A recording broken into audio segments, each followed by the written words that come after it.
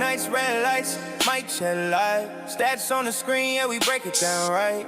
From buzzer beaters to the last second call. If it's champion sports, then we cover it all. Johnny C in the chair with the vision and flow. Real built this from the ground, not a holy knows. Analysis sharp, no fluff, just facts. When the score goes final, we're running it back. This is champion sports, turn it up, let it play. Johnny C in the Lex, yeah, we run the whole game. Hot takes, cold truth, every angle dissected. When the boys speak, it's officially wrecked. From the first tip off to the final selection. If you want the real talk, listen to the CS.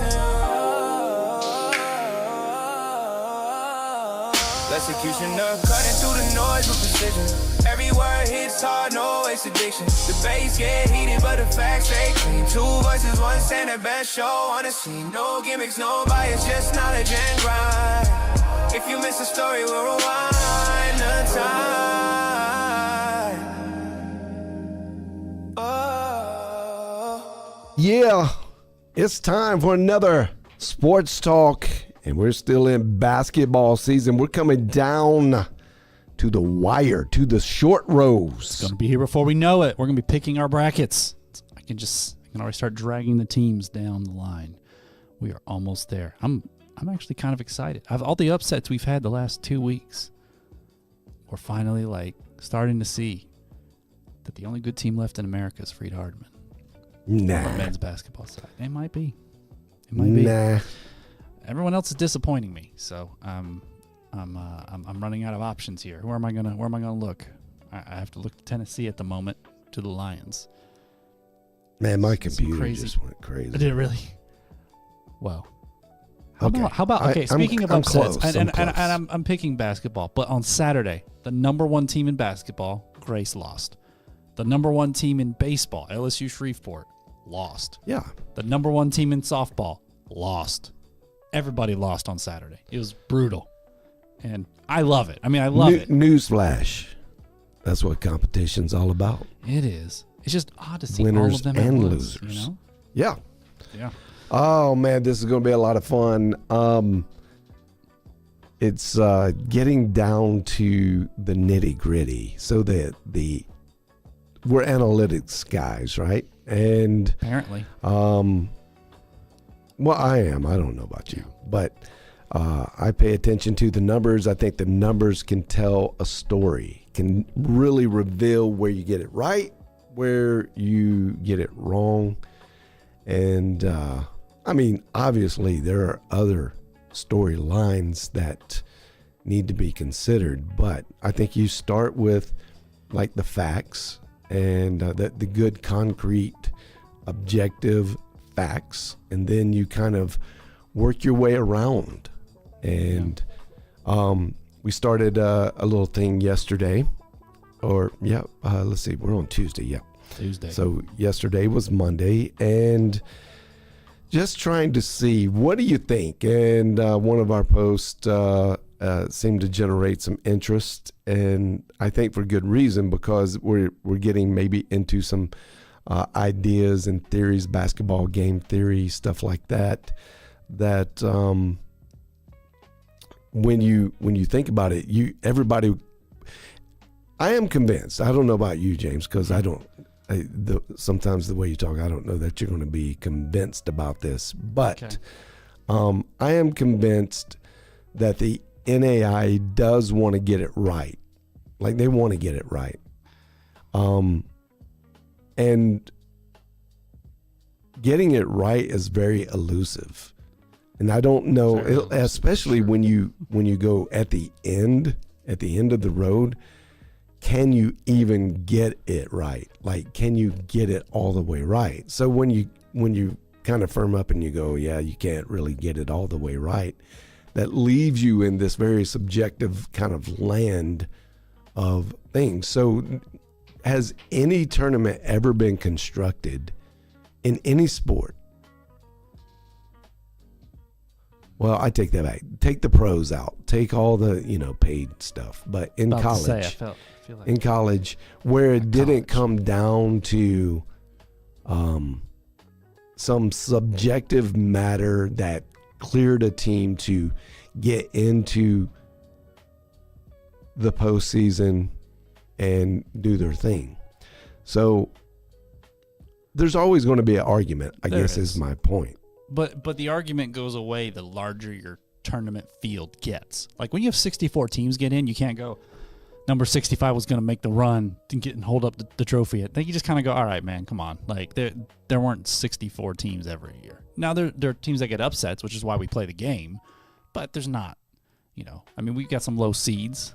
But when's the last time a 16 seed won a national tournament? That doesn't happen, right? Like, yeah, it's not perfect. No, it's not perfect. But there's enough. There's enough. And I think you can get better at choosing who gets in the 64. I do believe that. And I think you can have better games if you get the right 64 in. Yeah, just theoretically speaking, though, I think maybe even practically speaking, there's some evidence to this.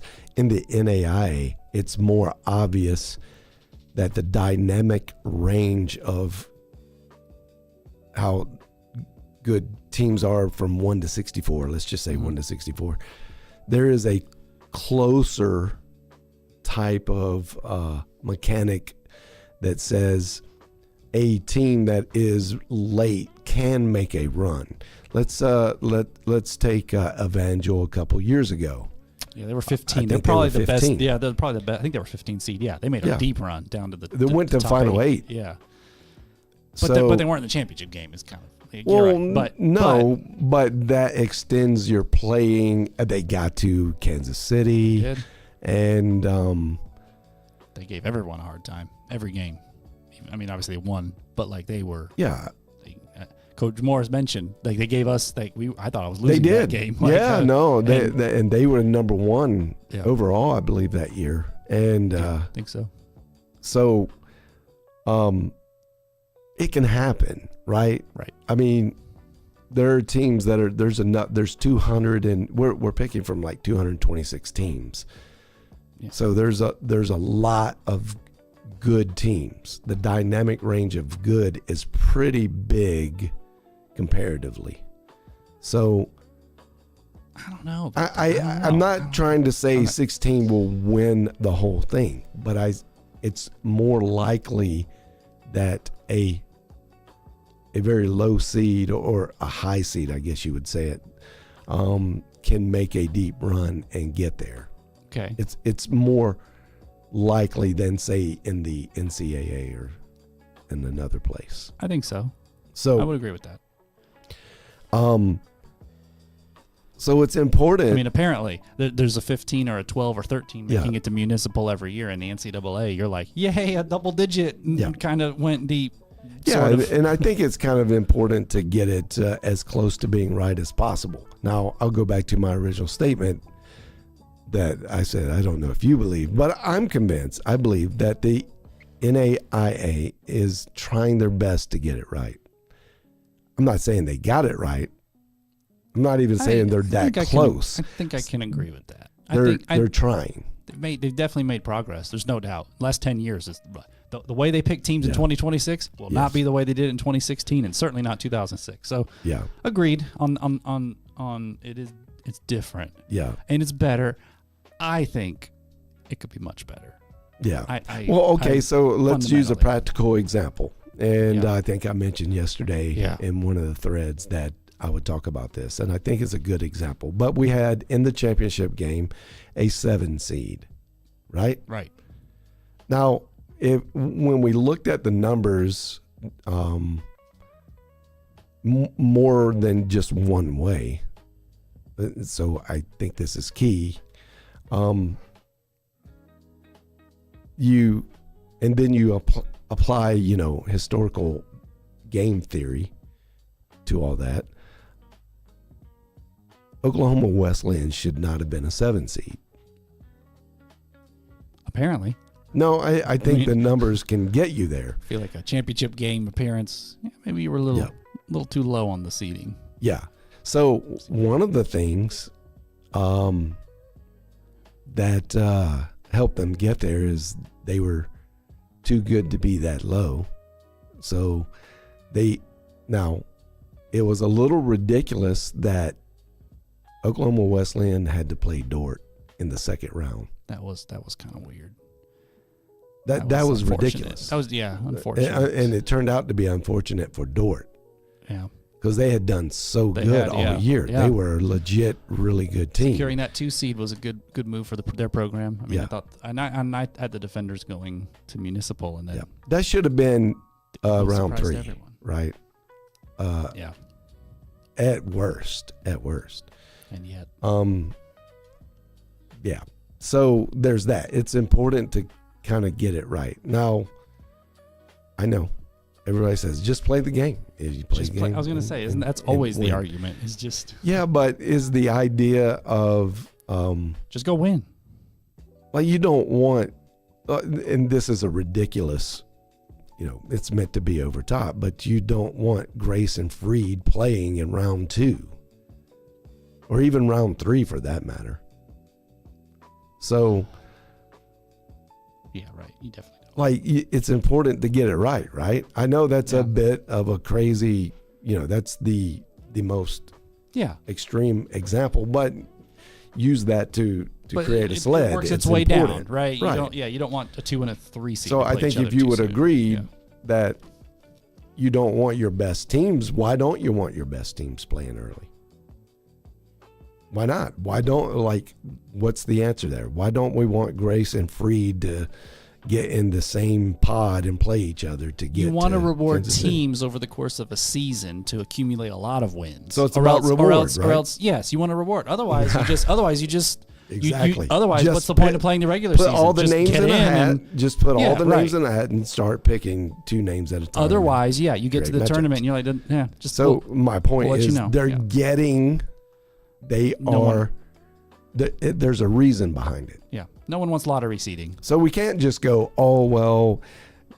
the reasoning stops at the 4th seeds. No, it should be complete all the way through. We should try our best to get this right, get the matchups. Because it is really, especially in the NAIA, the dynamic range we had talked about is pretty wide. So all the teams are going to be fairly capable of upsetting each other, but it's good to reward, the teams appropriately.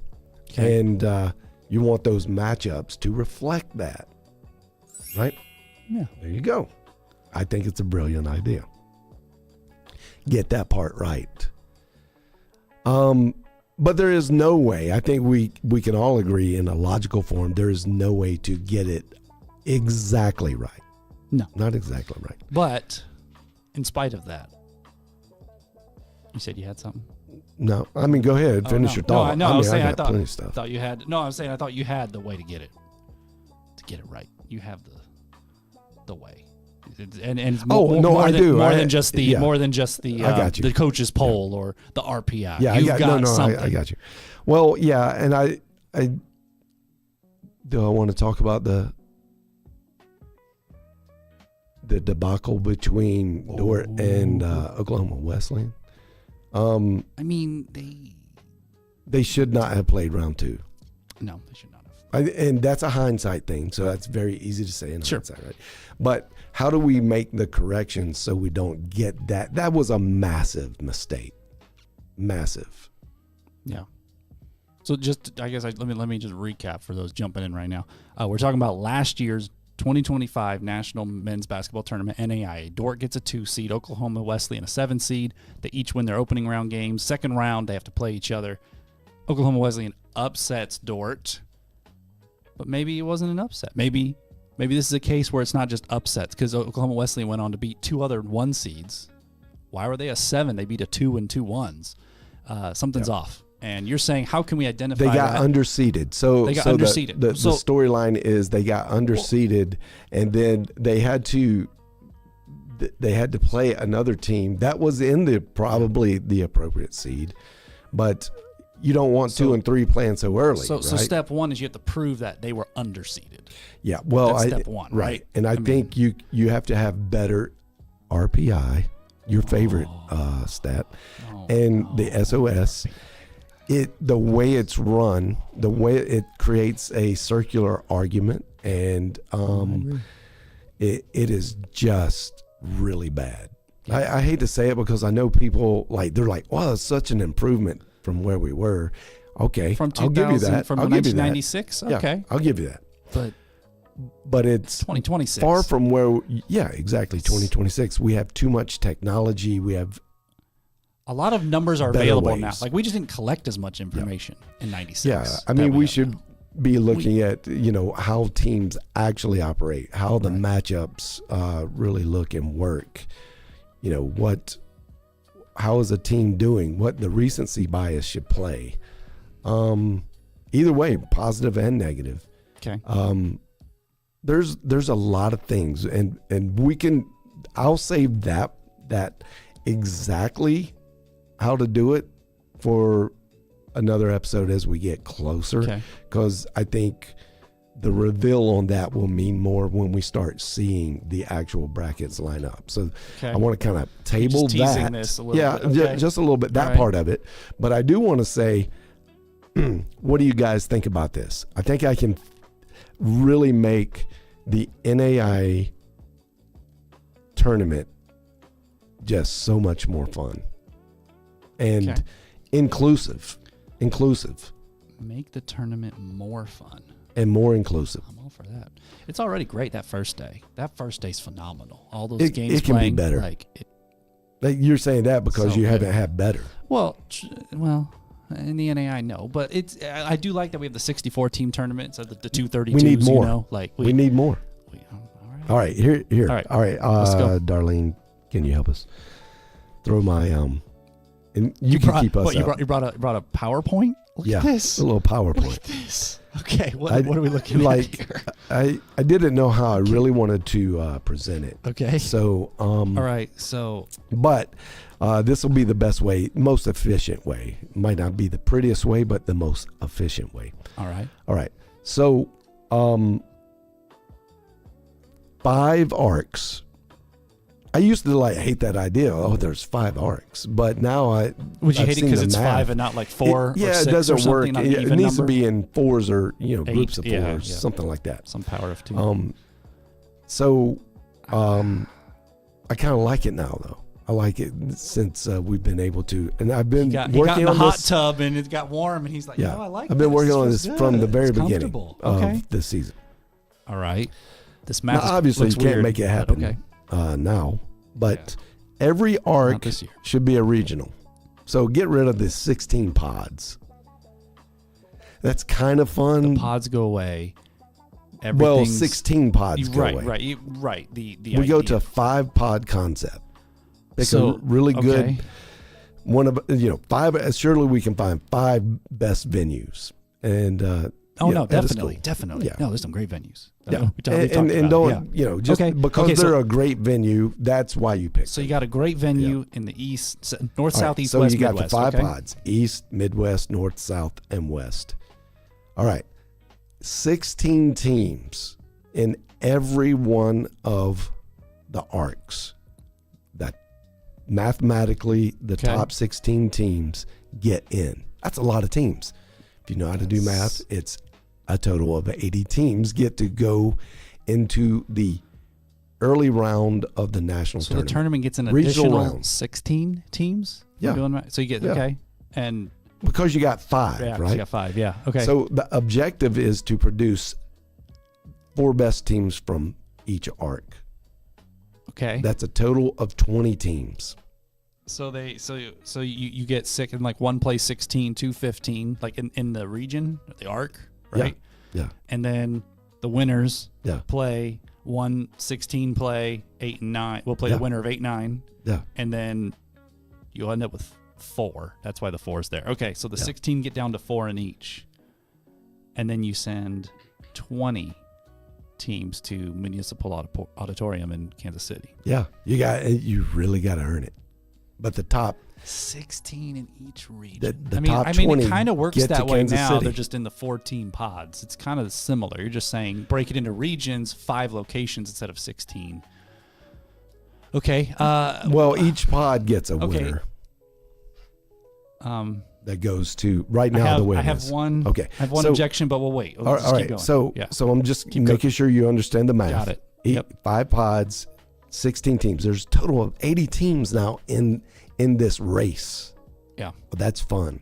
Like I said earlier, you can That's find a championship fun. out of the top 80. There's one in there. There's a good champion. Yeah. You're not leaving anyone. Well, out. I think each arc really posts 4 potential really good champions. Okay. It's not likely to get a one-off, kind of an accidental run, right? You're going to get 4 of the best teams of each arc. It's not like each conference, because each 'cause arc should be good. 4 conferences Yeah. off the top of my head. Yeah. Yeah, Each that's arc's right. 4. Yep. Right. So you're going to have enough really good Interesting. teams in Yeah. there. So since there's 4 conferences per arc, And I can dive 4 into make how it, you would rank the 16 and all that. So if there's a weak later, conference, they little just later. don't make it. Yeah. So this is the 5,000 foot view. yeah. Okay. All right. So now you have 20. Okay. I got That 20. go instead of 16. I like more teams in Kansas City. I see that. I like it. But It's what are you more going to fun. do with More the teams, 4 more extra? fun. It's 16 right now. All You right. got 20. Let's go. So let's take all that. And then all those 4 teams rush to Kansas City. It's a final 20. Round 1. Now, instead of playing your best against your worst, let's make it even more fun. Okay. And let's do so the top 12 teams get a bye. So, okay. And you got to qualify. I have to ask you. I want to let you keep cooking here, but how go do you calculate the top 12? Easy. It's easy? It's super easy. The math. What do you tells mean the math? They played off. How are you? Yeah. How is it easy to get 12? Or, I mean 20, really. You have I to mean, get 20. they You've seen already 1 through kind 20. of do it. Even when they meet in the selection committee, they create a chart. But I think, you could use. The selection committee meets and takes the 20 teams that make it and seed them. Yeah, they're going to get seeded, It's going to be obvious, Interesting. though. Because they do already do think- that. They think- literally already do that. Think about That's it like interesting. this. Think about it like this. We can make it easy. Like we created a CSPI, an CSRI, ELO, yeah. and a CSRI. It's not hard to do. I feel like we have proven this year we've called some upsets that were unthinkable, and when I say us, obviously we're using the magical powers of the grand AI I was going wizard. to say, if it definitely wasn't me, because I was the one that said the numbers were wrong. And Yeah, I mean we were fighting Turns with out- it, but it kept fighting back. So. Okay. So the selection committee So I meets think like they that's have. easy. Like you have a numerical value system that is applied. You don't have to do a ton of work. Okay, but are you saying you just take something, say the CSPI or something like it, and you just take the top 20 out of that, and that's just 1, 2, 3, 4? Or are you saying, let's get the list, selection committee, let's get together, meet. Okay, maybe this needs to be a 7 instead of a 10. Yeah, Right? Are you saying there's still some human influence in this? Yeah, I don't think you ever take out the human element of it. But We you just make minimize it. A strong component is the We performance. give them more data to work with, and you've now seen the teams. Like who's in there, and it's not like there will be a slight bit of controversy if but they could lean into the numbers, to be honest with you. And they can just go, all right, let's just say they were to use the CSRI. They can invent their own, whatever. Okay. I mean, it's a blank canvas at this point. Invent your own. It's got to be better than RPI SOS, but get to a final ranking away. I mean, we've proven you can do it. All right, so let's say, so With- they meet. with I have more good to add on that, accuracy. but bottom line, they get 1 through 20, 13 plays So 20, you're 14, round 19. one, yeah. So and that's round 1. 1 through 12 get a bye in round 1 at Muni, right? So now it's 13, 20, 14, 19, so on. Okay. All right. So that And really that's- gives that's day one. a number 20 team Yeah. a good break. I've been again. I'm gonna let you keep going here. It kind of works this way for football. I'm a huge advocate of this because teams get into football. They're 16 seed. They got to go play a 1 and they get waxed because 1 is really good. And I like here that you do get 20 gets to play a 13. You got a chance. You got a fighting chance.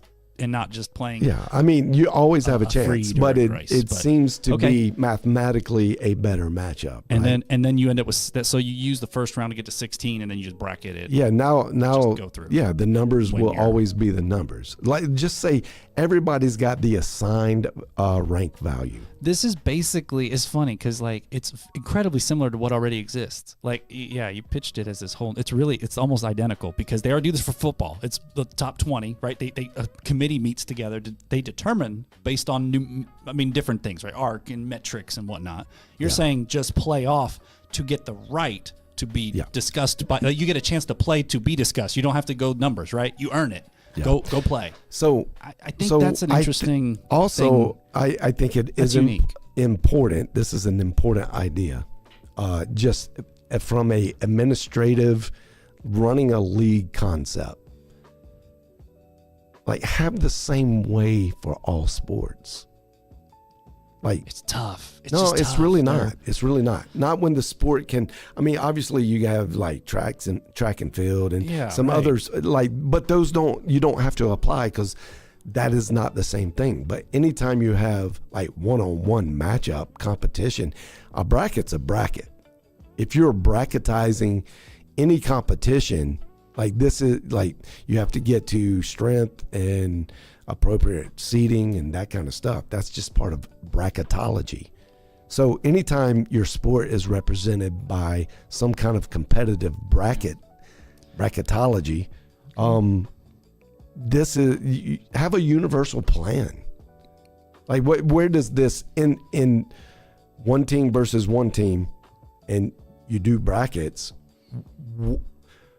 Name one sport that this wouldn't apply to.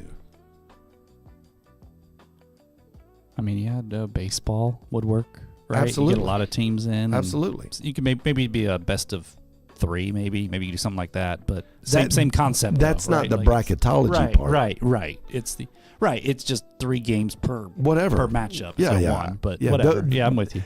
That sport is specifically baseball. They're used to playing multiple games in a day. I want to say football, except like I said, the NAIA already does this for football. They already do 20 teams in, and they. My point precisely. So, but move to something that is very universal. Volleyball, it would work. I know they do it. Of course, it would work.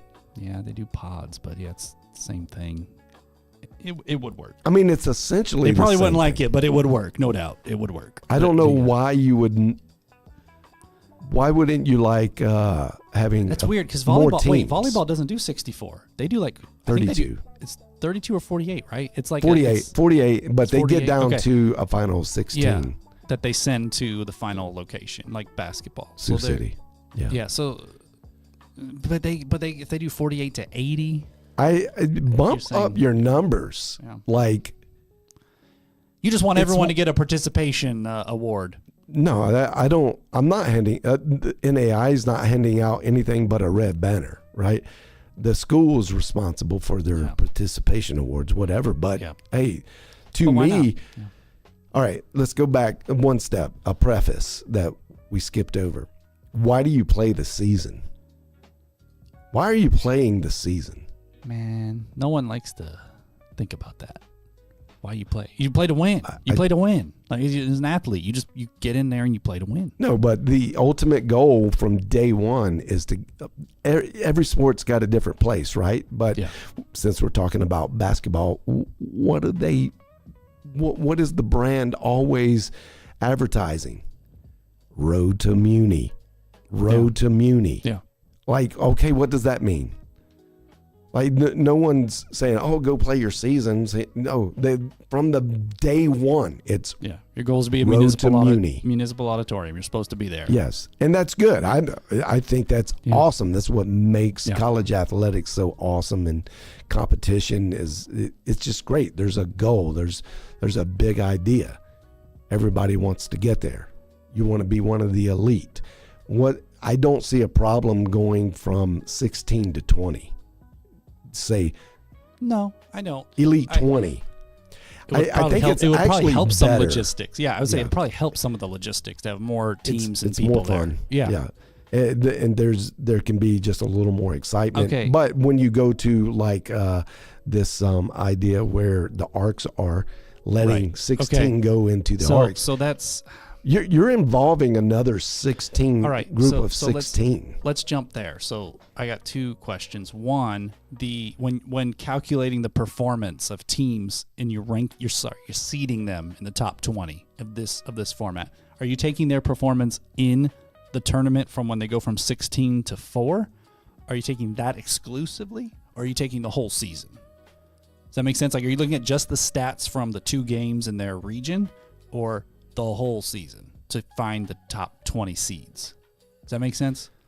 So you're going back to the question of how do we seed them? How do you? Yeah. Well, the metric for that's one question I have is do you only look at the opening round, like in the current framework that you have in mind here?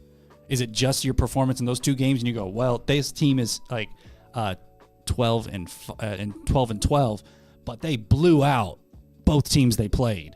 They need to be a high seed, or do you go, hey, they're 12 and 12, but they got 2 wins here. You know, they're you get what I'm saying? Like, do you?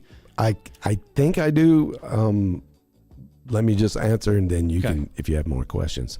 So, as far as the data is concerned, all data is taken into account. Every game. The sophisticated part before is like really bringing in all the data so quickly. It can be done now. We can create the formula. All you got to do is just load the data in, the numbers in, and it spits out, as long as your formula is fine, then, which it would be because everybody's convened together and go. So for us, we go, it's the CSRI. So that final, it's going to have the recency bias in it, which is helpful because that's in your ELO scoring part. CSRI. Okay. Of the CSRI. So everybody gets an actual score, and those scores are easy to rank. So best score goes 1. Right, Next but best 2. You're saying calculate CSRI on the whole season of each team. Well, it's ongoing. Like the way we've done it is we build on it we can do it every day, right? Yeah. Because there's games every day. But the data you're providing, like you said, load in the numbers. You're loading in more than just 2 games. Once a month. Yeah, but you're loading in more than just 2 games of numbers to calculate that for this, right?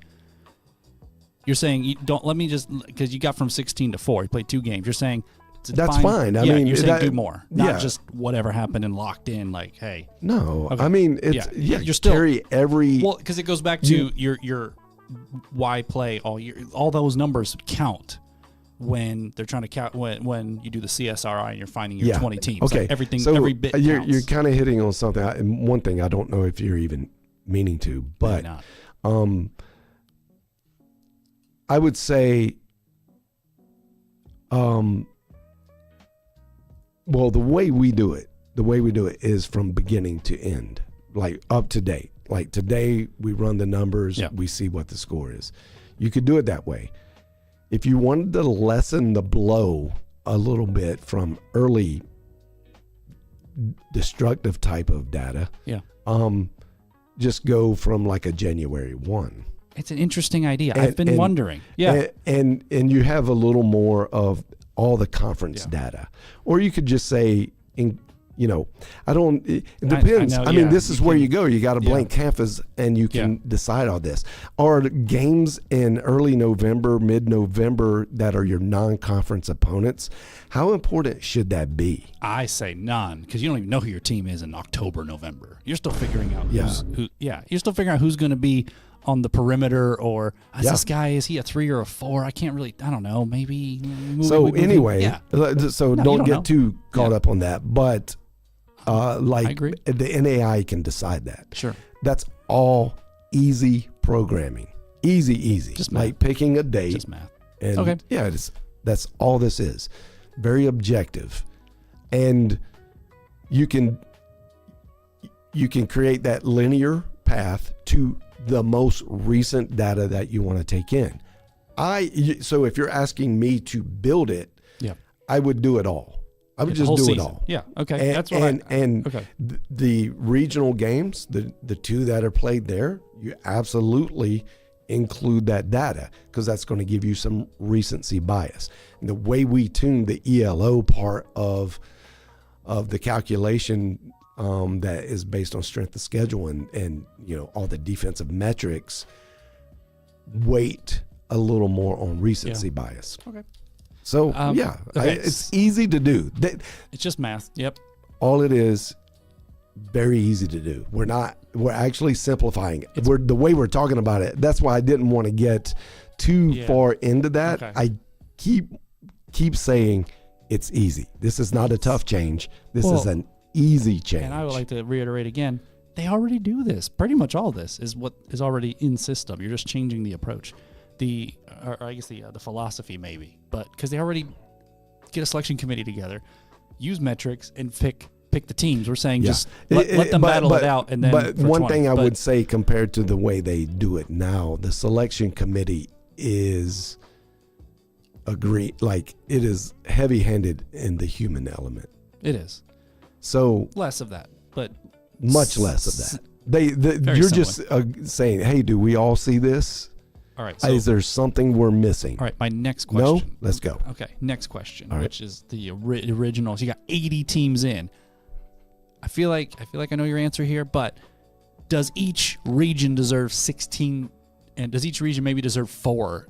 Should it be evenly distributed 4 across 5 different regions? Yeah, it is. What's the argument for that? Because I think there's going to be regions that go, our 16 would destroy your 8 in your region. We are better. We should have more. We should have 5, and they should have 3. Anybody can say anything. And again, you go back to what we do understand about how these things come together.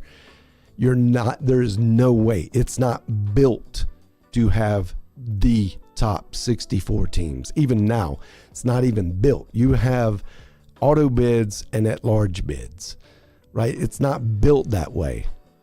And what I'm saying you is, get those bad teams with a tournament, and then what I'm saying is, we can take some of that little sleight of hand mystery madness out of it, and don't worry about what the conference says, like this auto bid and this whatever. Oh, true. So you're taking out a lot of that, and you're going, here's the top 16 teams.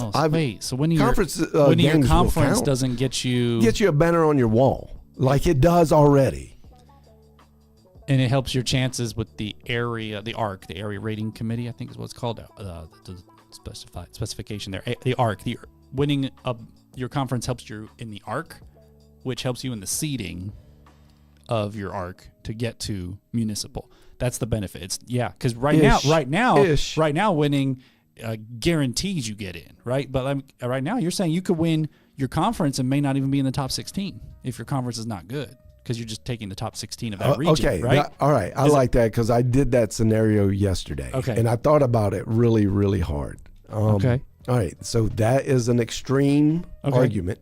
All right. But let's take it on. Sure. I personally think in the spirit of good competition, and this isn't a singular idea, just me. I've talked to other coaches about concepts like this. If a team is 5-22, okay, that's their overall record, right? Okay, not a great year. It was, and they won 1 in the conference.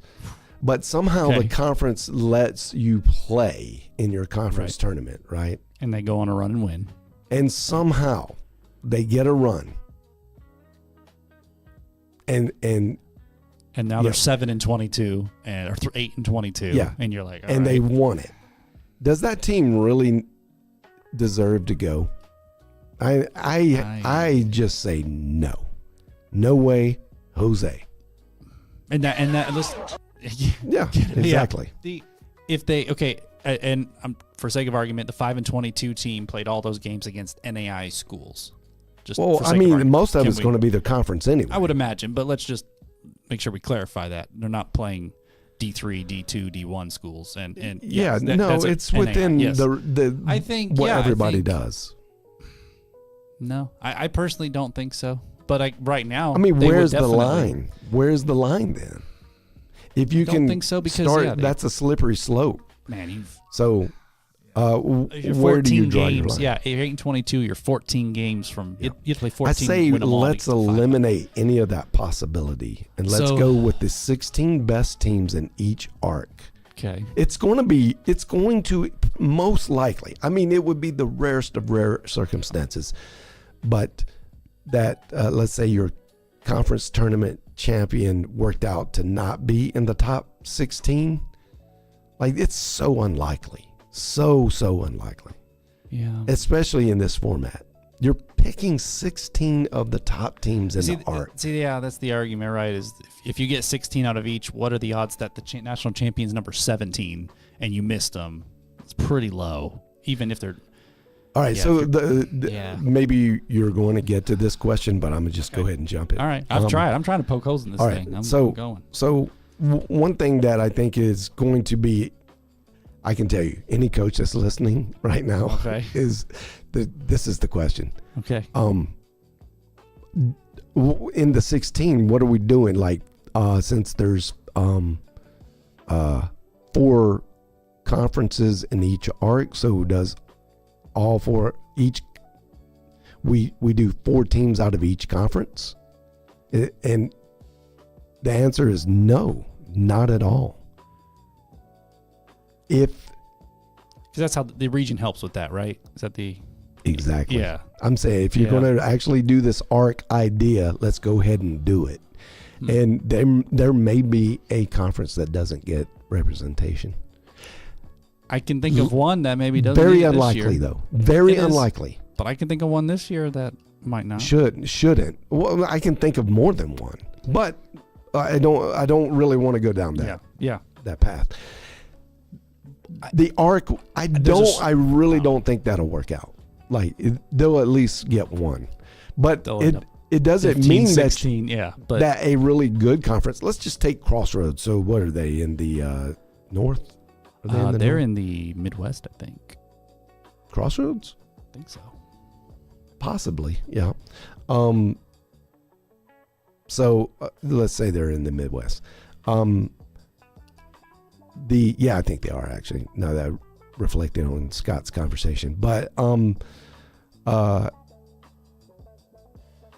lied. They're in the north with Chicagoland, River States, and Wolverine, Hoosier. There you go. All right. So, they would still be able to get more teams in than any other conference. They are the best conference, hands down. They're the best conference. It'll work out like this year in, year out. Okay. But not that they will be, but there will be a conference that gets more than 4 in. Just we're not trying to divide it all up evenly, but there will be some conferences that only get 1 or 2 in. Then there's going to be some that get 6 or 7 in. Someone's going to complain. Best team. Best team. You guys someone's going to complain. Hey, Crossroads is in there. They deserve teams, but us in the River States, we can never get a chance because they're getting all of them. Wolverine, Hoosier, we can't get in because they're getting whatever. You know what? Every coach says. In ours, we have the Independence, which is always a wild card. It's tough. You can get more of your teams in than there's going to be that back and forth. No, just. It's performance. It's meritocracy at its finest. You're just saying go out and win. Well, that's what every coach tells us. How many times have we talked to coaches and they go, hey, just go win. That's true. If you want to get in, go win. Especially members of the selection committee. Yeah, you just got to win. We'll put you in. We're not trying to keep anyone out. But we found a lot of times they'll say that, but then somebody's scratching somebody's back and it's not just about winning. And I'm just saying, if you go to an objective measurement method and you use meritocracy as your underlying principle to approve teams, then you feel good about it. You go, okay, this is objective. So I'm just saying that if you go win your conference, you're not going to win it. You're not going to be the team that gets left out. You're just not going to be. Go look at the stats. Go look at CSPI. You can do the math yourself. So it doesn't work that way. There's no, even what we would say the worst of the conferences, they at least have 1 or 2 teams that's still really decently ranked in the CSPI. They all do. So the right way to play a national tournament is to break the conference. I saw what you did there. Is to break out the conferences into regions, which is already done. Take that. Use the CSPI, CSRI, ELO. It's not broken out into regions. Well, the ARC. You're breaking out the conferences into regions, 5 regions, right? Well, there are 5 ARCs. 5 ARCs, regions, ARCs. But the way the national tournament starts, they just seed them 1 through 64 and figure out a complicated. Right. You're talking about the current system. Yeah. No, I'm saying the right way to do it. Oh, Yeah, okay. The right my way bad. to play the Yeah, national yeah. tournament. You break out, break out the conferences into regions, which they already do. 1 through 16, which they already do. You're saying use the CSPI, CSRI to get that 1 through 16, right?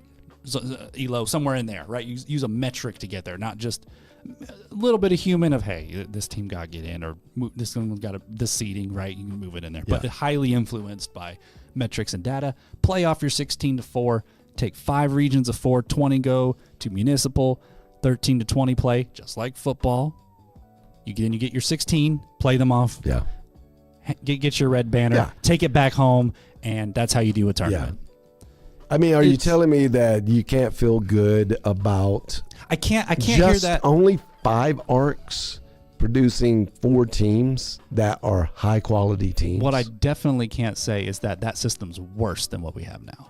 No, I this- definitely can't say that. Well, you like I'm saying a fundamental, what's the minimum? It's definitely not, because right now, like you said, you got to figure out all 64 across the whole country and all the different strength of schedules and where they played, and they're not. It's just so much to even attempt 64. Maybe that's I think probably my biggest problem with the current system, picking 64. And the NCAA does it too. And guess what they're doing? They're trying to get to 80 and 90. They're trying to get more because they're like, yeah, let them in, let them play, and let's find out. And well, go back to why are you playing? Why are you playing the season? yeah, Everybody's playing to get to the postseason. Let's expand definitely the not worse. postseason as much as we can, and give teams a shot. This think opens up the floodgates more. They already do the pod system, so the travel and the costs associated with travel shouldn't be a problem. I think it's going to be less. Right, I think ultimate cost is going to be less. Because right now you got like Montana flying to Florida and Indiana going to Arizona. Yeah, you don't have to and figure out the cross country stuff. no. Like you just bro. yeah. So I don't know that that's weird. You anything's could add perfect. 16. No, but you but could add this is the way to do it. But you could add 16 teams and potentially not add a dime to the travel costs. It's possible because they're regionally based. The West Arc is the West Arc never goes to Virginia to play a game. Missouri never goes to California to play. Like that is going to save Well, money. they There's no will. doubt. They're just going to go to meet in Municipal, Kansas. Yeah. right? But you will. But it's not even that. They already have 16. You're saying 4. I think you might say 4 by regionalizing instead of the pods where you got so much crossover. And even that, they work to reduce it. I know that. They work real hard to avoid as many That's cross what I'm country. saying. But They're trying really hard to get it right. But with their system, if you add 16 more teams, you will add more travel. There's no doubt. You will add more travel. It'll be more expense. I think with this system, you could add teams and keep the travel same or reduce but it. hold on. Like that's like the way you're presenting and thinking about it, I think is weird. There's no like one budget that comes out No, of. I'm I saying mean, just saying there's more teams doesn't actually add to cost. Like there's no, it's just teams are paying to go to the playoffs. They would anyway. But in the current system, it's a national approach to begin with. So if you add more teams and you go, oh well, this one's definitely better. We got to put them in these seeds. This one's got to travel. Like as you add more teams, that's why you have the Montanas. That's but that's not economics is not increasing there. Just the like that doesn't cost any one team more or less. It's just more teams doing it. No one's benefiting. Well, correct, but the teams that get added won't have to spend as much to travel with the regional concept. You can add 16 teams. When you weigh them against each other, that yes. Yeah, I think I you get. can. But even if you did Right. it, like even if you added 80 in the current system, like there's no economic impact other than a positive one. I think it's positive, but I think it would be. I don't know if I'm making any sense. I just think you would have to spend less on flights because you're regionalized by adding 16 to your system. No one. That's up to the school though. That's that game. That even if you add, I mean, you're just adding more people. That like you're not adding cost to any one. Yeah. Everybody's going to pay the same.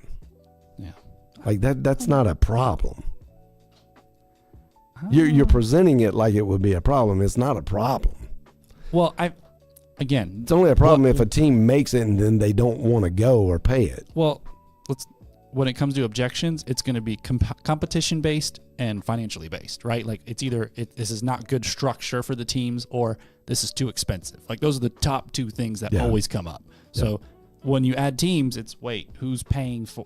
Where's the money? There's going to be some question of money because it's, and I know you're saying not, but I'm just telling you, objection. Someone will find a way. Someone will drop in a comment. I'll be doing this. Now you got to manage more games. There's more. They're going to be out there. You wait and see. Someone's going to say. Well, that would be illogical. There's coach come on and say it's more expensive. I think that's illogical because they want to make the tournament. I agree. There's no extra expense. The expense is the expense. Like that. There's nothing extra about it. It's just you got more teams. Either way, I can see an interesting. Now I think about this. Do we but still need? You wouldn't want to add more teams necessarily. With this system, do we still need a conference tournament? Because we're kind of almost playing. I know it's regional, but like you're going to have some duplicate matchups with this because you're going to. We just played them like a week or two ago. You can't conflate the idea that the NAIA on its own is not mandate. Like they don't. Sure, they don't mandate that you have a conference. The conference mandates that. The idea of a conference tournament largely is still you can make no matter how much you did.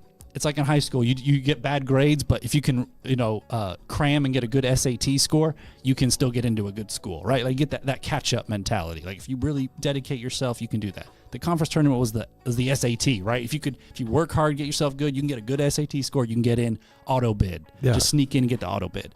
I feel like that is. What is your question? I feel like that's a little bit lost because with the conference tournament, you make a run, it just helps you in the ARC seeding. It gets you into an ARC if you're not in it, right? Like that's the purpose of the tournament. I mean, another banner. It's more data to help you improve on. It's more data, but I mean, I feel like that was always the allure of the conference tournament, right? Like to use the crossroads, right? Like a Huntington would love to have a tournament run. Like get into the Crossroads League tournament and win it. Like, hey, we're tournament champions, right? Again, if they have and we got the bid, auto bid, data, we don't have to worry about. If they have the data to support it, they're going to get in. You go back to if you're 5-22, and you somehow win your conference tournament, should you go to the national tournament? I think that's a ridiculous idea. But now it sounds like you're saying look at the performance, and then if the ARC members go, hey. This doesn't take out the conference tournament. No. Like conferences are going to have their tournament, and that just gives you more games to have data on. To seed them for. But we should know. We should kind of have a really close idea who is going to get into the ARC tournament. I guess you would call it regional tournament. Yeah. 5 regions. I don't know. Your ARC tournament.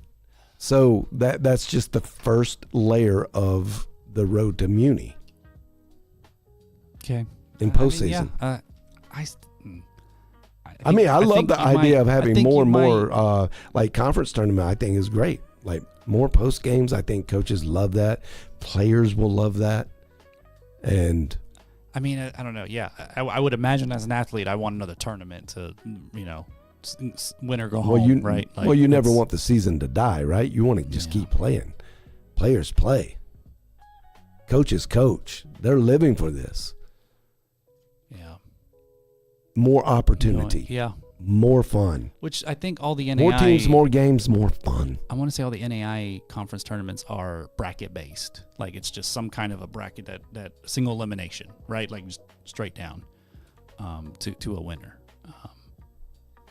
So that doesn't change. No, it doesn't. Well, I'm getting this is sidetracked, but there's like a conference in the NCAA. I can't remember what it is, but they don't do a bracket. They do the bottom 2 teams play, and whoever wins plays the 3rd worst team, and whoever wins plays the 4th worst, and they just keep going every day. It's like a 2-week tournament, and it's kind of ridiculous in my mind because who's going to win 14 games or whoever's the bottom, right? You have to win all 12, 11 games. And you're like, man, that's just dumb, but not an NAIA problem, but kind of a comical format. But but this format again, format's almost identical to what they do now. It's so similar. Like it's different, but it's so similar, right? You break out pods, break into regions, take your teams, go to municipal. That's how they do it now. It's no, that's not how they do it now. Breaking out into competition regionally, or in the pods? No. I mean, you're breaking out into the pods, and but and then meet in how many Kansas times? I City. mean, you'll see. I mean, you go look at Bowen's bracket. I mean, how many cross arcs are happening? It happened like that. Oh no, the travel is definitely. Well, that I'm is just saying very cross different. arc is happening all the time For sure. in 1 through For sure. 64. So it's nothing similar, other than they're playing games and it's a tournament. Like this. Well, This changes it up, and you add 16 more teams to the mix from the get-go. So we're giving more opportunities. There are a totality of more opportunities. This scratches an itch. I'm just telling you. When coaches think about it, and we'll lay it out even more, but I'm convinced. I mean, I'm coming from, I used to be a player. And I know what I wanted. I want another opportunity. You want another opportunity. So, and more in this limited more is better. Just is. And so I go back to the other argument is,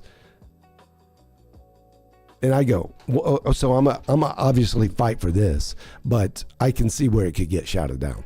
Okay. And I go, can each arc not produce 4 teams that are absolutely qualified to be in the national tournament in Muni? Yes, they can. Yes. You can't look at it at the conferences. The arc, because it's got 4 conferences. All the arcs are good. There might be one a little bit better. The dynamic range between great and bad is nowhere close to like in the arcs like it is in conference idea. So you can't think of this as arcs are like conferences. No, you have 4 conferences in arcs, and the best teams of the arc are getting in. No, yeah. So yes, every arc can produce 4 fantastic teams. If an arc can't do that, you have a totally different problem you got to address immediately. I that's would say urgent. so. That's urgent. I would say that is accurate. Yeah, but we don't have that problem. Which they have. Which the NAIA has systems to handle if it's that dire. Yeah. But no, there are certainly 4 out of each. Especially the way the conferences are aligned right now, and just how it is competitively, it would be very difficult because you do have at minimum like one. All right, just one think of the better conferences. Think of in each. Where does Frontier Cascade sit in the arcs? Oh, like west? West. You mean? Yeah, they're west. That's considered west. With Great Southwest and Calpac. Okay, so Calpac, So you get Montana down to Arizona, that kind of western corridor, bro. right? But you look at Frontier and Cascade. You got 4 easily there. Easily. Ooh, Yeah. I mean, bro. I mean, we Oregon talked Tech, about this. Rocky Mountain. There could be a Final Four championship team out of that. I mean, last year the champions were out of that. Yeah. So And a couple years ago, right? I think they 3 got it. years ago. Yeah, 3 years ago. Yeah. And Great Southwest. I know we're not. There's a team there that can make the tournament. yeah, Faux show. It will be a great road to Muni, and you got 20 teams. Remember, more teams, more games, more fun. That one will. They'll all have to travel. There's no shortcut there, but they have to travel anyway, no matter what. So I'm with you. the NAIA administration is probably going, hey, you guys are crazy. Man, you bringing 4 more teams and all that. Well, yeah, it's going to be a little more work. It will be a little more work, but I think it's worth. But I think it's worth. No, but they can have regional coordinators. It's only one more game in the arcs. It's only one more round. To put it that They already have someone who's overseeing the arc, who's they're handling the ratings and getting with all. Hey, we need to meet. There's already someone doing that. There are already 16 different administrators handling the pods right now. You're saying do 5, so there should be less work. You could double up. Give and take. There's going to be a little ebb and flow there. Yeah, but wouldn't you want, if you were going to make more work and be able to do it more fantastically because you're doing more work, it's just, wouldn't you want that to be at the final spot? think. Yeah, of course you would. That It's was more, a yeah, it's more rhetorical definitely, question. Yeah, it's more. I'm just trying to poke holes here, but I think it's the more. The answer yes, is more, emphatic yes.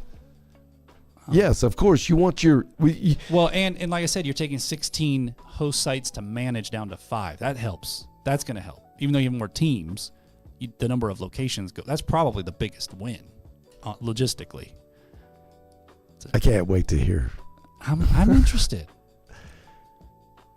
We should get. We need to get some more people on here. We need to chat because, why wouldn't? If I'm trying to managing 16 different people's a lot. Like anyone who's done management of like 16 different, especially sports tournaments. One sports tournament's a handful. 16 of them's a lot. Well, it's done by committee. Sure. And yeah, I mean, but who wouldn't want to just smash the button to get it down to 5? So many. And I think it could be a team effort to operate a 5 instead of a singularity. Right, of but like 16. 2 conferences in that region can work together. We'll host it together. Yeah. We'll one handles the travel, one handles the refs, whatever. Right, however that works. Yeah. Anyway, we're getting too far. Maybe. Those are no. That's not that. That is weedy, but it is important. I do think that's important. But I think the NAI is growing. I think that this is what happens when it grows. You have to start figuring out what you're going to do. Well, I know we're losing teams and stuff, but I'm saying the camaraderie, the identity, as the NCAA mucks it up, and they're destined to make college sports just. They're in a speed run to the bottom, man. They are. Yeah. So. As they do that leaves more room. And what we got to do, and this is the other mission I think we're all on, all the other guys that are doing media stuff, I think we all sense the same thing, is that this is an opportunity to grow. And I think if the NAIA will really step in and realize that too, and then try to convince the conferences, and the conference convince your schools, everybody really kind of work together, man. NAI could be amazing. Can be an amazing sports brand in America. It should be. It deserves to be. So, it deserves it. Yeah. We have way too many great coaches.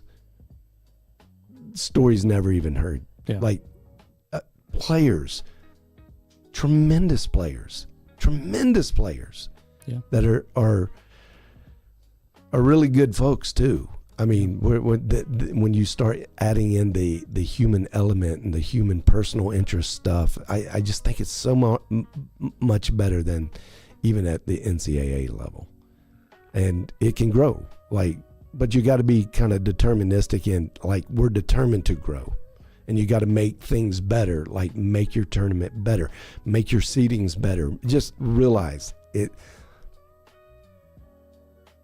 There's got to be change. There's just got to be some massive change, especially in 2026. We're in the age of the Jetsons, right? Basically, we should be. So we should be operating at that level. There's another level. Stop using sticks and stones. You don't have to do that anymore. Everything can be much more programmatized, and the efficiency we talk about a part of the ELO and all that. We use some efficiency ratings and stuff to figure out things. Well, there's an administration efficiency too, and we got to figure this out. I think these guys are working harder than they probably have to on this. It doesn't need to be this hard. I want to show something real quick. Go ahead. Can you show the CSPI? I want to show the one thing that we do with the CSPI. It's on championsports.network. Is that you can pick the performance on any given day. It's like there's a date picker right there. So if you need to look, how is the team doing? It's like right now Grace is number 1, Freed Hardeman's number 2. If you hit that date picker, you can see how they were last week or a month ago. They're just on there. So there's January. Look at all those dates in January. We have so many. And it's not every single day. It will be going forward, but you can see. Let's just see. Yeah, so last Thursday. Go ahead and hit that. Let's see what it was looking like there. Yeah, so there was actually a greater disparity before Grace. That was before Grace got upset. It was 628, 574. But if you go today, it's 15 points of CSPI. Again, this can be calculated on the daily and we can have this information. Well, why wouldn't we do that? There's just no reason not to. And that is, I think, when he goes, well, it's a lot to calculate. Not anymore. We can do the CSPI, and the CSPI is more complicated than most other metrics that are out there. So well, and again, that done. is just a actual player performance, team performance index from a statistical perspective. There are other, to get to our CSRI, the ranking index, we're man, you can fine tooth comb this like so many different ways, but we have spent a lot of time trying to figure out, how do you determine, recency bias weight against, early November wins or losses or whatever. I don't want to discount those all the way, but I don't think they hold nearly the weight. So it's easy to program that now, and then you can refactor, like for tournament, specifically end of season measurements and trying to get into tournament prediction.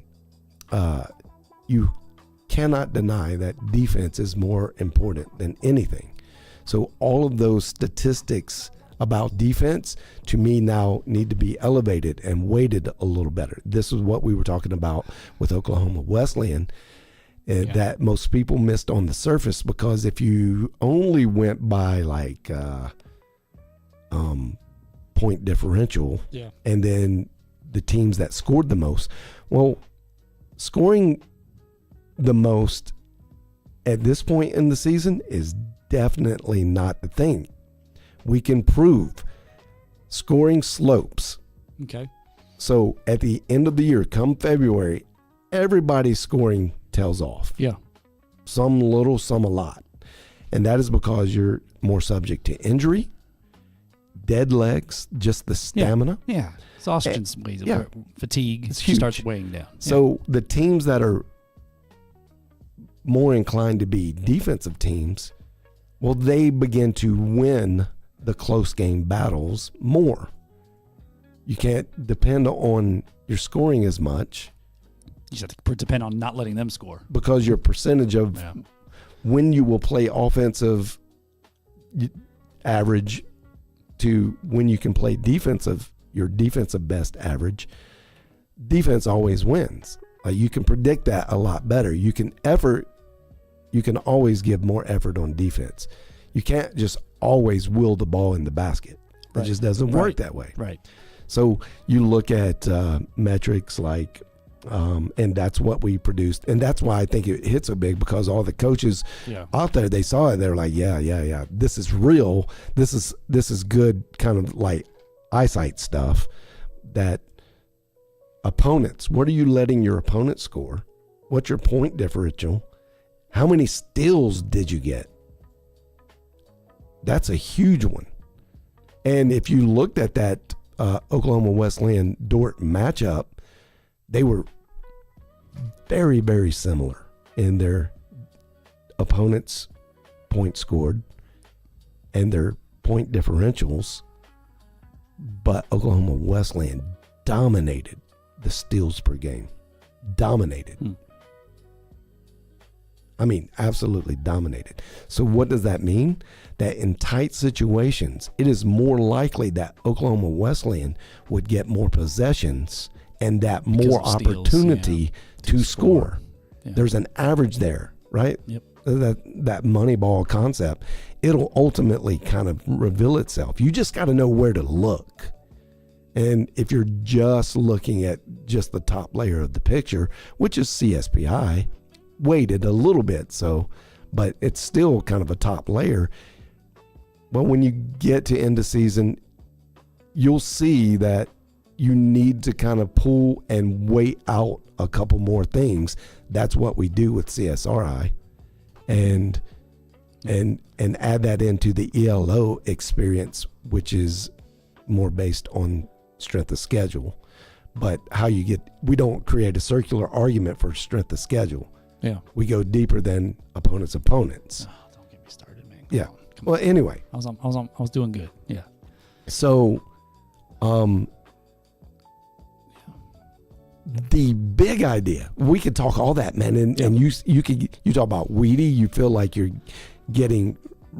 walking in mud when you think about it, like all the stuff. Remember, AI is not like our brain. Like it doesn't feel weighted down It by definitely the doesn't care about weedy. the logo and team in school. Like it's just looking at numbers. Yeah, right. But it's also can be very efficient. So within seconds, we can get a full season outlook or at any point outlook, and then pull certain,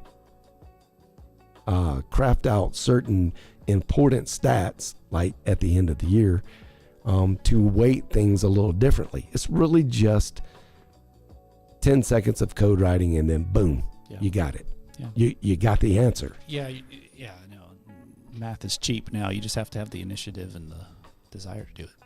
Really, because it does not cost much to do math. I mean, computers have been calculating for a long time. It's just it's gotten cheaper. It's just you got to do it. You know, in a tech experience, a lot of times we talk about, and especially over the last 18 months, we've talked about all the things that could be negatively impacted, like industries and jobs that might go away due to AI. One thing that might really go away due to AI is the good old boy club. Uh-oh. Was that mic unmuted when you said that? Jeez. I mean, at least its importance. I think the good old boy club is actually a necessary thing, but not trying to not like it used to lower be. the weight significance. It's not even that. It's just it'll get put in its proper place, I think, and it'll turn out to be a great thing. And hopefully everybody gets. I've in always the good felt old boy like club. the human element is to correct grossly obvious issues, right? Like it's like, oh, that's grossly bad. Like a team that's 5-22 is ahead of Gray. Okay, humans, we're really good at like, hey, that's wrong. Gray should be number one.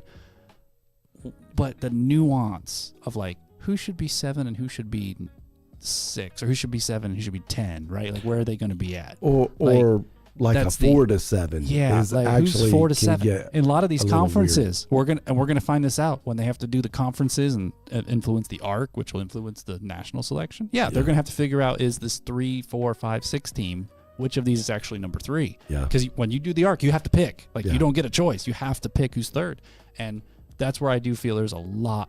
I mean, I think everyone knows it. There's a lot of nuance and opinion that gets inserted there. Yeah. One thing, and we'll probably will help. Just Ratings end on this, and I'll, as we get closer, I'll definitely pick this up because this is hot topic. But, and as we've discussed with some other coaches that kind of have been some advisors as to what's important, I can't get away from the idea that we have to have a conference ranking system. You keep bringing this up. It's gotta be. It's gotta be. Now, it's not a heavy weighted thing, but I think it can, and if done right, which I think we can definitely get it right, it'll create a weighting system that will reveal some of what you were just talking about, some of the errors that just the human opinion, in that argument, that real subjective nature. So I think we've been working on this. We got to take the ego out of a lot of it, right? And there's no ego. What are you talking about? And not look at it as a good or bad thing, but it's just the necessary thing. Like right now, I mean, can anybody debate? Like, is it even debatable that Crossroads is the number one conference?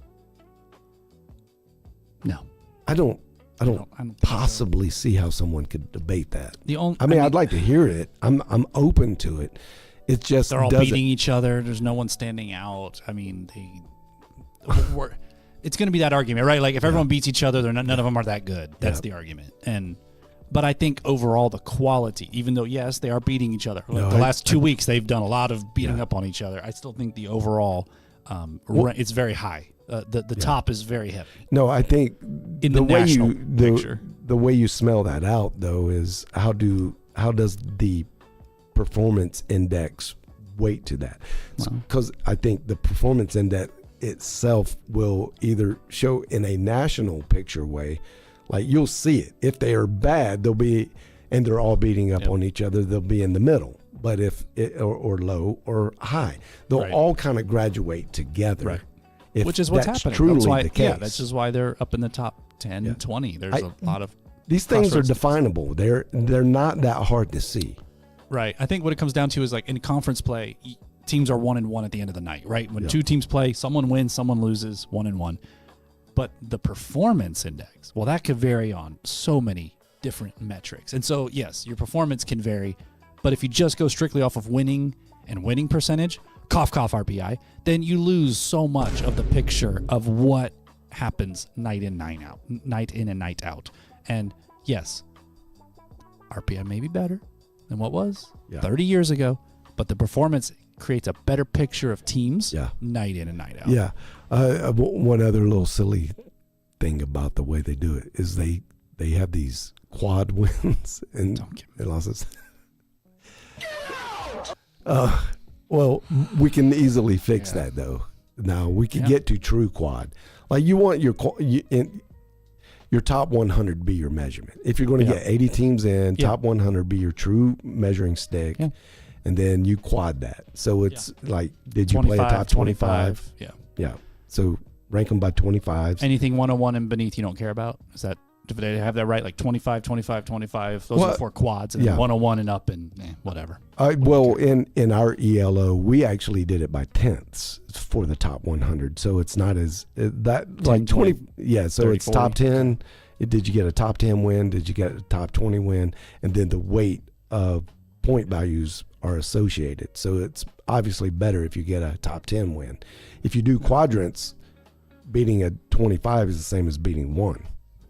And that is so weird. That doesn't even make sense. That's better. It's better, but it's not great. Well, and the quad I think goes down to like 45 to 65, depending if it's home or away. But beat a 40 teams, same as beating Grace at 1. Like you telling me Mount Vernon Nazarene should get the same reward for those? No, that's the away, neutral, and home. I think it's silly. Yeah, the quad scale's weird because you beat a 138 but lost to a 169. Well, those are different quads. I couldn't tell you. Major problems, major flaws. They there. got me started with quads. But anyway, the biggest flaw in basic indices is that fancy word.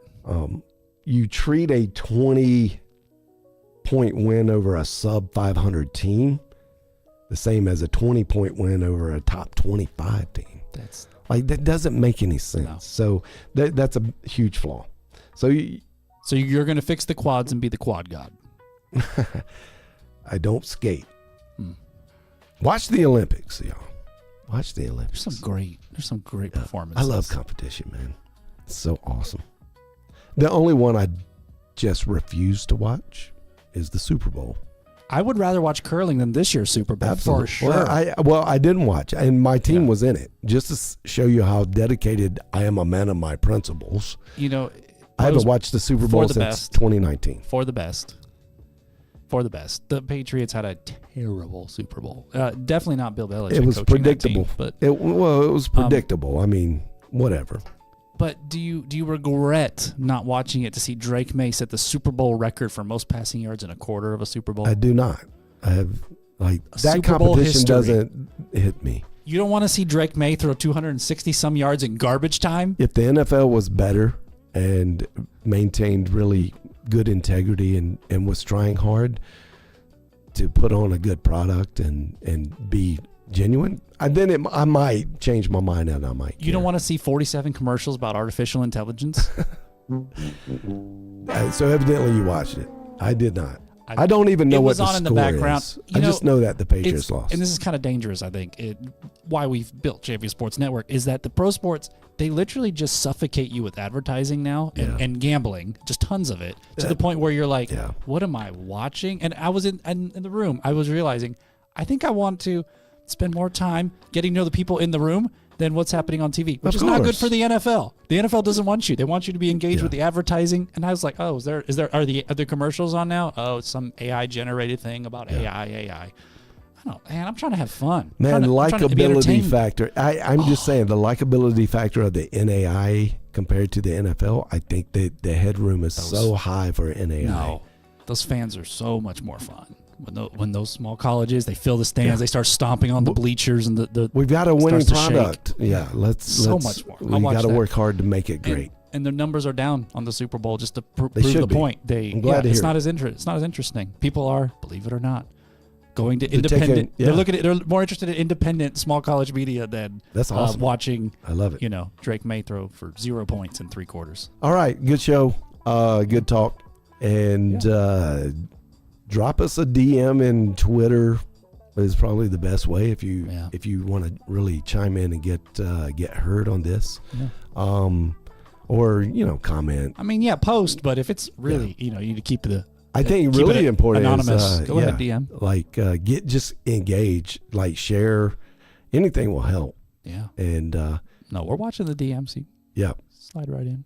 And we got a couple people that send us info, and we go, "Oh, that's helpful." Like, player injuries, even helps us, man. Yeah, but we're always listening. Yeah, especially hit the other guys up too, man. Make sure you're liking, sharing their media. Anybody that has been really pro NAI, and it doesn't matter. I mean, we're talking basketball right now, but we'll transition to all other sports in the future. And like, there's a lot of guys. Like focusing on certain sports, like even if you're not interested that much in baseball, well, it's a good product. It's fun. I mean, apparently, look, LSUS got to go to the White House. They did something record breaking last year. Yeah, in truly, baseball. Truly remarkable. Wow, and we should have all had our megaphones out. And just yelling as loud, because ultimately it's even though it's not a basketball thing, it's an NAI thing. Yeah. Right. Well, they were really good. For those who don't know, LSU Shreveport baseball last year was. I think they were picked number multiple one MLB players that will starting at MLB, not like Major League. They will be there. You wait. Yeah. They're good. Yeah. And they're not the only team, for the record. No. They're Southeastern down in Lakeland. Plenty of MLB. So many good teams. Baseball might be the best NAI sport in terms of. It's possible. I'm just gonna drop that. I'm not gonna. I know we talk about let everybody know that you are baseball biased, but it's possible. That's fine. I mean, the bigger picture is like great sports, great competition, great people. Take out your megaphone, or it's your mouse, really. And hit iPhone, hit the repost. Hit the share, whatever that means. Help all these guys out that are out there. Message us, DM us, championsports.network. Look at the scores. See what the upsets. True. Oh, yeah, you can follow the scores. Anything that's live in sports, you can follow. More ways to follow. You see what games are live right now. You just see only those. Only live games in baseball or basketball. You've done a great job with that. Lots of ways to follow along. I love it. The fan experience is really getting better in the NAI. Really happy about that. All right. Till next time, probably on Thursday. Yeah. We'll talk to you later.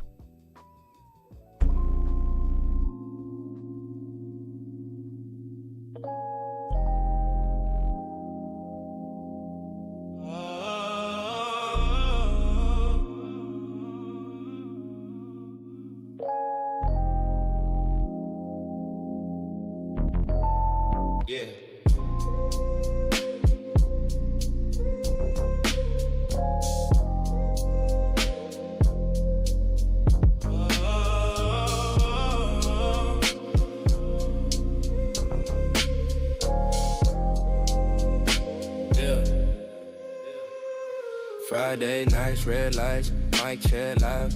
Stats on the screen, yeah, we break it down right. From buzzer beaters to the last second call. If it's champion sports, then we cover it all. Johnny C in the chair with the vision and flow. Build us from the ground, now the whole league knows. Analysts are sharp, no fluff, just facts. When the score goes final, we're running it back. This is champion sports, turn it up, let it play. Johnny C in the legs, yeah, we run the whole game. Hot takes, cold truth, every angle dissected. When the boys speak, it's officially wrecked. From the first tip off to the final selection. If you want the real talk, listen to the CSN. Yeah. Executioner cutting through the noise with precision. Every word is hard, no wasted diction. Just get heated, but the facts they claim. Two voices, one standard, best show on the scene. No gimmick, just knowledge and burn. If you missed the story, we'll rewind the time.